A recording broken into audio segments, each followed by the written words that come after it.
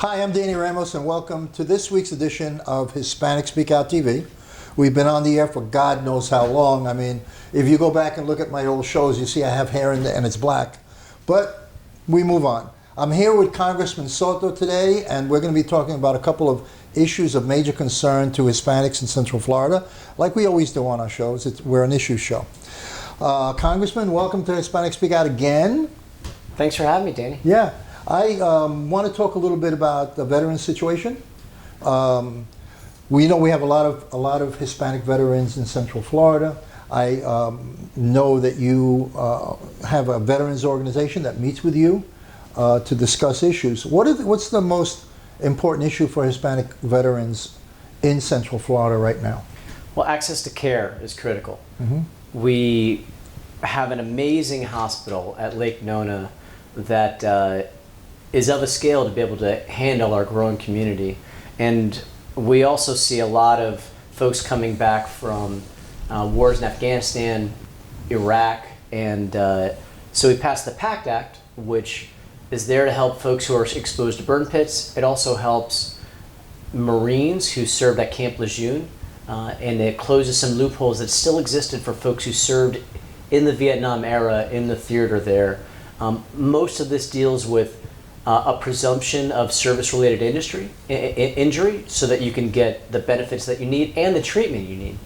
So right now the PACT Act has been a big part of a huge enrollment of new folks into the VA to help with making sure they live longer, healthy lives, predominantly help them with avoiding cancer or detecting it early, and benefits for those who happen to be disabled because of some of these issues. So that's affecting both Hispanic veterans and veterans at large. When I went to Afghanistan, one of the most striking things being out in the desert was seeing the Puerto Rican flag.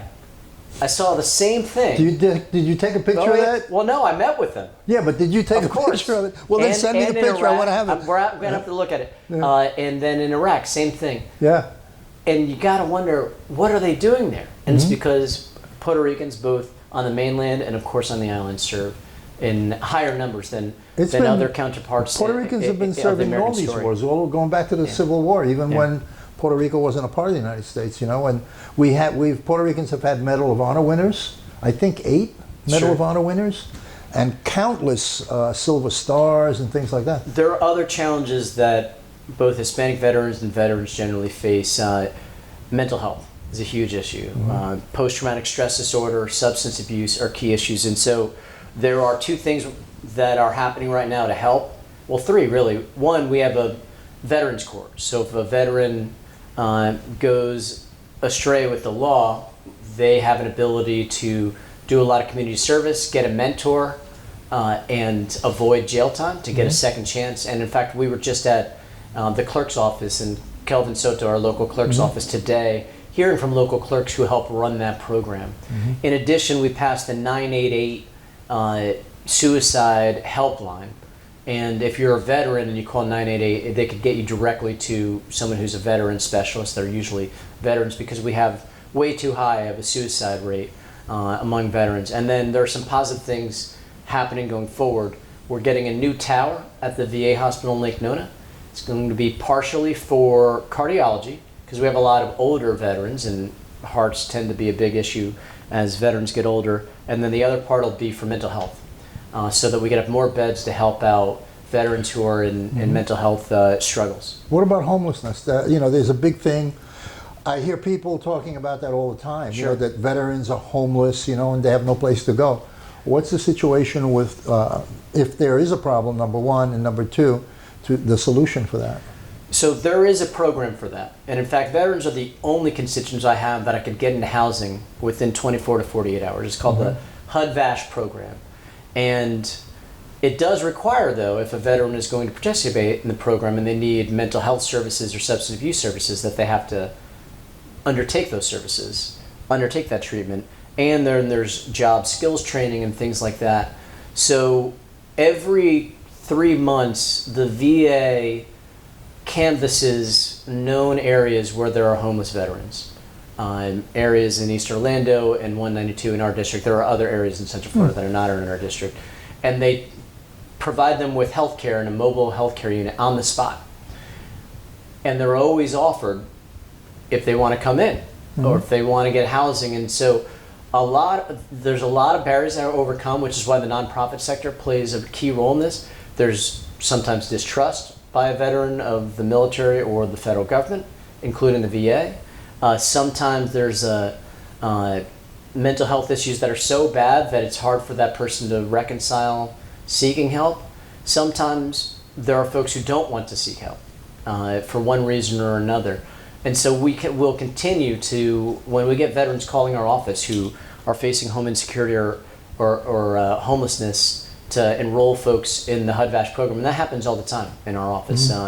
And then nonprofits play a key role because a lot of, and I have veterans working in my office who do that work. Josh and Nicholas are Army and Navy veterans. You got to meet them already. And so they do a lot of that work to, disarm and make a connection with their veterans. But nonprofits that are run by veterans also play a key role in breaking down those barriers and convincing folks to come in. So there is a great program for that, and it's used pretty well, but it's not used by every homeless veteran out there, and we really need to continue to work on this. Yeah, is that a communication gap getting to them, trying to find where they are? Or is it an attitudinal thing that they just don't want, they're just so far off the grid that they don't want to participate in the system? Like I said, many of them distrust the federal government. Many of them aren't ready to seek mental health services, jobs training. And sometimes it takes persistency to overcome these things. Now, many veterans do take advantage of the program, and we get them housed, and they eventually get better skill sets and are able to go on and go into regular housing from there. But the HUD-VASH program, absolutely critical. It's very unique in the government. Is that it's the only one that I could literally get a veteran into housing within 24 to 48 hours. Every other constituent we have to work with the county and the cities and Section 8, and it takes a long time for those things because we have a housing shortage. I was about to say that, about the available housing. So I have access to a building right now that's brand new. It's on OBT, within 15 minutes from your office, that has 48 new studio apartments in it that's completely empty on a campus, on a health campus. So I'm going to send you a note on it to see, you can pass it to whoever, because the building is literally 7 years old, and it's on a street level, and it's a really, really nice building. But I'll send you information on that. Both Orange County and HUD through Section 8 have programs for vouchers to help folks, and you just have to get the building registered.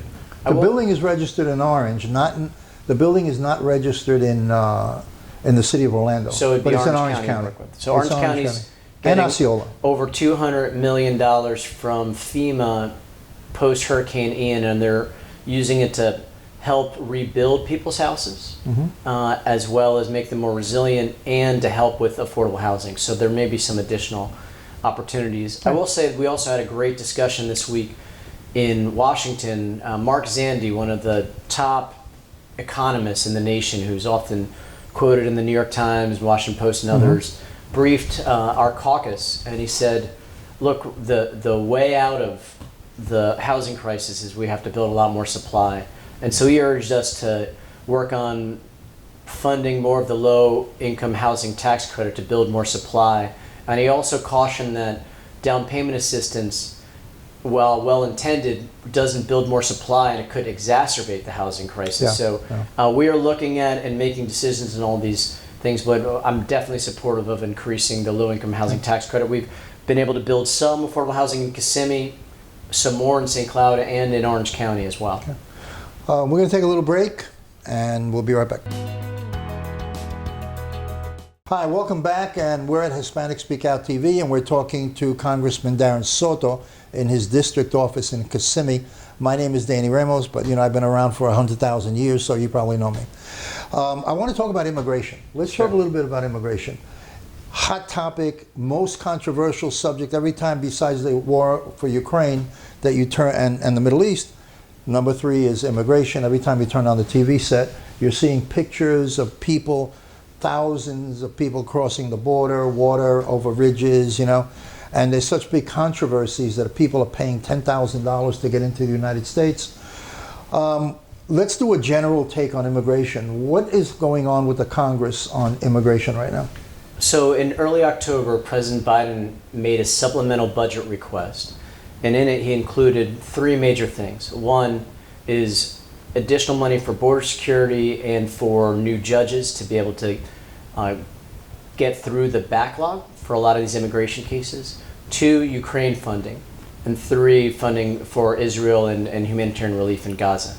And so since then, there's been negotiations in the Senate between Senate Democrats and the majority and Senate Republicans. And my hope is that we'll see that work product passed soon over the next few weeks. But it has been taking far longer than I'd like. And then it's incumbent upon Speaker Johnson to give us a vote on this. If we want to resolve the immigration crisis, we need to make sure we have the funding to do it. And What's the mentality that ties immigration in with Ukraine? I mean, tell us a little bit about why that happens. Why does immigration doesn't have a separate bill, totally separate, where you can pay total attention to immigration and not worry about funding for Ukraine, but just immigration as a focus point? How does that work, the system work? So ideally, we'd have three separate bills. Congress is built on compromise, though. And so most major issues, each party and each chamber really, as well as the president, picks priorities that they want to work on, and they're often combined into a larger package. So whether it's the omnibus at the end of the year that's passed a lot, where you have a bunch of bills that maybe passed one chamber or another, or otherwise. So the reason is it is more likely to pass if you do these combination bills. And it happens all the time in the Congress.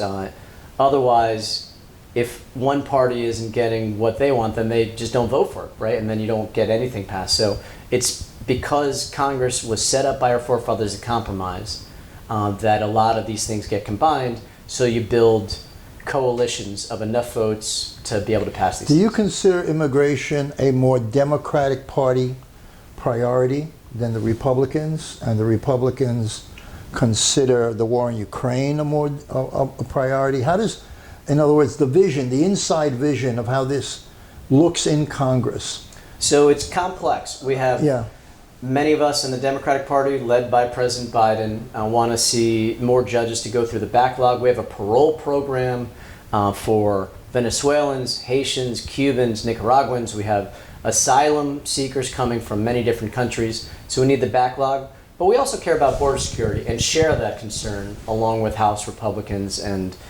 Senate Republicans and Senate Democrats. So that's why that was all in the president's budget in his supplemental request. Senate Democrats, Senate Republicans, the president, and House Democrats are very supportive of Ukraine funding. It's been House Republicans that have not been supportive of Ukraine funding. Okay. This is the first attack on Europe since World War II. You know, if Ukraine falls, all that's left is allies where we're forced to then fight because we have treaties with places like Poland and the Baltic states and other places. So if we don't hold the line in Ukraine, it'll roll over into NATO countries and it'll be U.S. troops. And the terrain isn't even as good to defend as it is in Ukraine. So it could be harder to defend some of these other places. And so Putin has made it clear he wants to continue to take down democracies, right? And so we need to stand with Ukraine and fund them, but that's not the only thing. We have domestic issues, which is why immigration, the border, and other things have come into this as well. I just wanted to point out that NATO just called up 90,000 troops, you know, and is putting them into an army, which is, things are getting hotter and hotter. Well, right now Ukraine is starting to not have the resources they need to defend themselves. Is that because of the Republicans holding up the bill? In the House in particular. Okay. Yes, House Republicans many of them have been opposed to it. Senate Republicans have been more willing to vote for Ukraine aid. Obviously, it's a priority for President Biden and House and Senate Democrats. Okay. We know this is about democracies at stake and our NATO allies next, and stopping Putin in Ukraine rather than letting him roll. History tells us, whether it's Hitler or whether it's other despots, if you let them roll through They're gonna keep democracies, going. they're going to keep going. Yeah. And then now it's American soldiers that are now over there fighting. We just need to provide them with the resources, which is not a small deal. That is a big sacrifice, but it's a far bigger sacrifice to lose American soldiers. Let's get back to immigration again. We have a lot of different groups coming in to Central Florida. Some groups are spiking right now, like Venezuelans are spiking. There's a push for more Ecuadorians coming in now. How do you see your office dealing with those groups and solving those issues? Sure. So we can assist folks within the law and regulation, and we regularly do so here with immigration. So, for instance, I fought to pass Venezuelan TPS out of the House twice, and then ultimately helped convince President Biden to just grant it by executive order, which is normally how it happens. And so there's paperwork associated with that, or information that we regularly get calls on. There's the parole program that applies to 4 countries: Venezuela, Cuba, Nicaragua, and Haiti. All places where they're under the thumb of despots and dictatorships. Okay.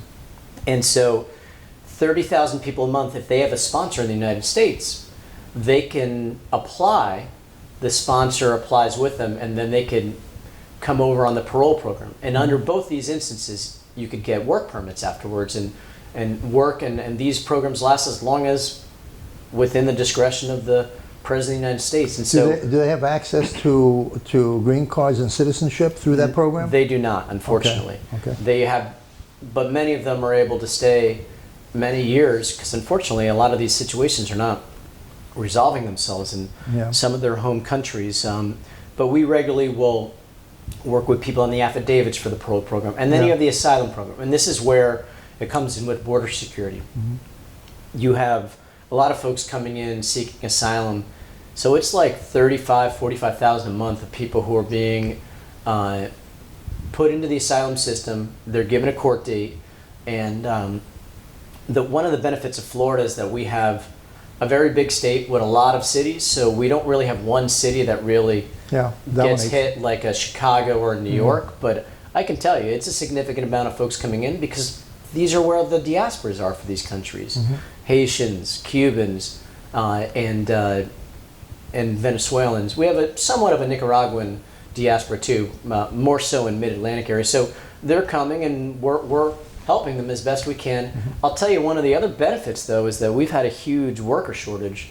I do a lot of small business tours. You know, I was a lawyer for many years, had my own law firm, and made a payroll twice a month. And you know, if without enough workers, you can't expand your business. And so in a lot of these small business tours a year or two ago, they were really struggling. Now a lot of these folks are working for a lot of the local restaurants, local tourism attractions, and other small businesses. So it is helping with the worker shortage, which in turn lowers costs, because you can provide a service much better if you have enough workers to do it, or a good, like we make tortillas in the district in Point Siena, and they needed 30 new workers because they make the tortillas for Aldi's, and we were able to work with them to connect them with the parole program and to help with a local manufacturer as an example of a mid-sized business too. Yeah.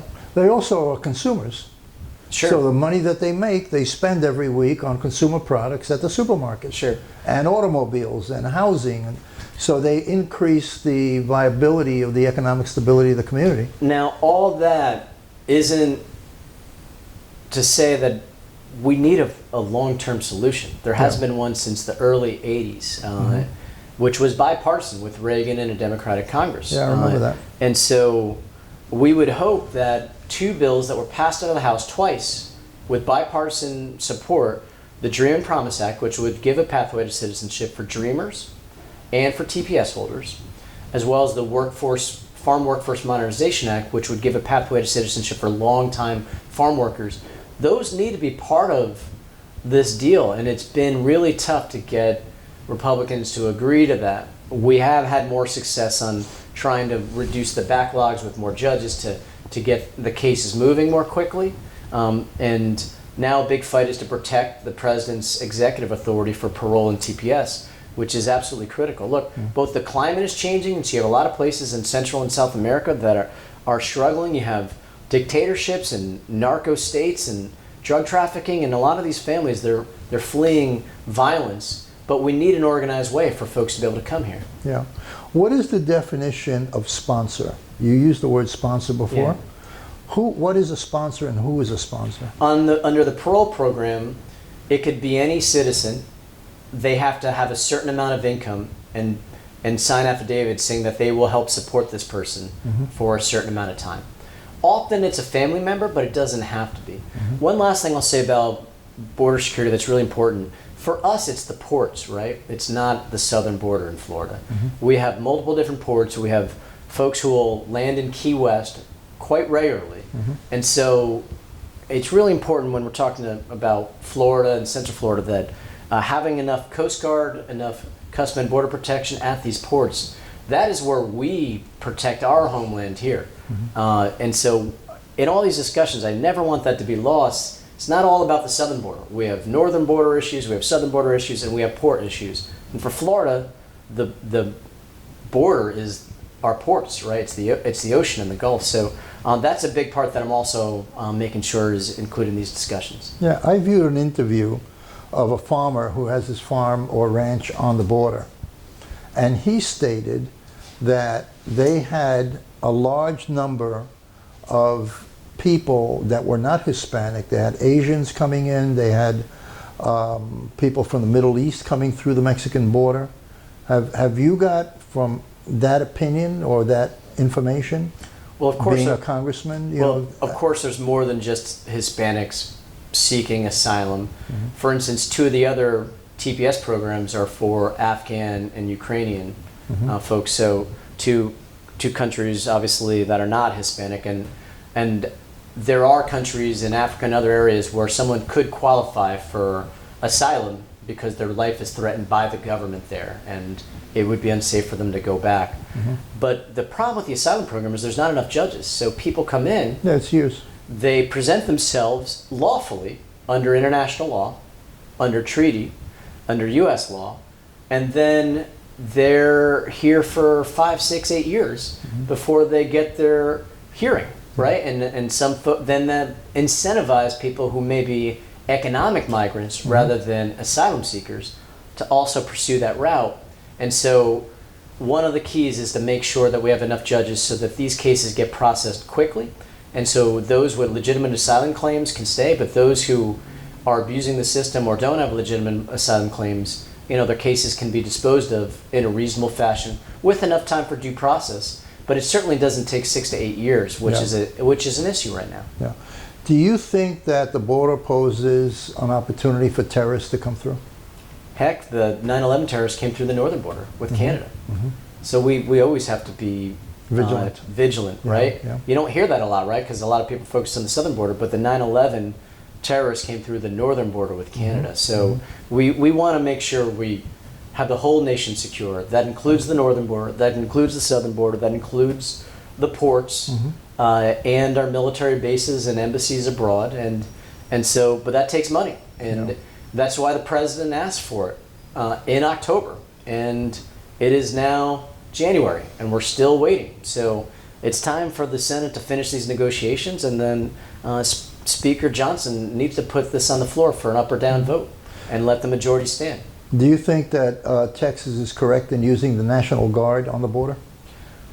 I think that there's a role for the National Guard, but they have to do it in conjunction with the U.S. government. Texas is not a country. It is a state. And clearly, issues of foreign policy are wholly a federal jurisdiction. And when you start blocking federal officers, we've seen bad things happen. We saw families drown just recently, a heartbreaking situation. There are certain folks in Texas, like the governor, who are frustrated that people are lawfully coming to the border, claiming asylum, and getting to come in while their cases are being processed. We'd have to change a lot of laws to change that. And I think the better solution is let's end the backlog by really putting in the funding to have enough judges to process these claims. So it takes a year or 6 months or a year and a half. And then that's a disincentive to try to come here as an economic migrant because you're not going to really be able to make much of a life here in that time period. Okay. Okay, let's, great show. You gave a lot of information. I'm so appreciative of that. Bet. Darren Soto, who is the congressman here in Kissimmee, he takes Osceola County. And what are the districts you go? And a lot of South Orange and East Orange, as well as the city of Orlando, and then small parts of Polk County and Poinciana and Four Corners area. Okay. And I'm Danny Ramos from Hispanic Speak Out, and we'll see you for the next show. Thank you very much for joining us.